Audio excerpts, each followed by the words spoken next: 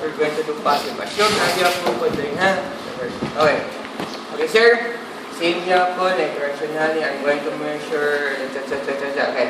So, sir, what I would just want you to do is that I just want you to be relaxed. Don't tense your head and neck muscle. During the measurement, sir, I'm going to move your head and neck, bending it downward.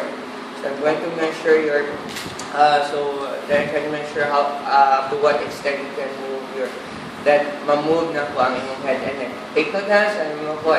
So ganina sa active utilization, sir, in measurement, I want you to move or bend your head and neck down towards the ground.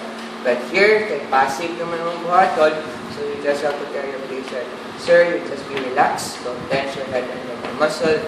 I will move your head and neck. You don't have to resist my force here. More siyang passive.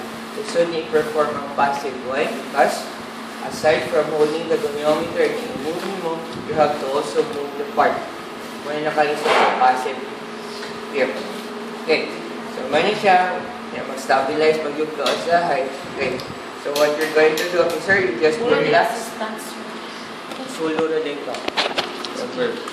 Okay, so sir, you just have to be relaxed. Okay, sir, relax na sir. I'm going to bend now your head and neck. Okay, there. So, I'm sure that you have to measure that. Gusto siya ba sa passive to forward? Kailangan dun. Okay. So, dili na straight. Sa move or pwede na Sir, mas kaya ang passive? Ha? Kaya yung mga passive? Expected siya na po. So, ano siya, you just have to bend your neck and neck. Then, i-anak mo siya. Hindi mo makakayod. Hindi makakuyog, sir. Pwede ra after. Here. Subset is Basta ikaw lang mo toad sa hand. Clear? Ha? Yes. Yan. Okay, you get first your goniometer.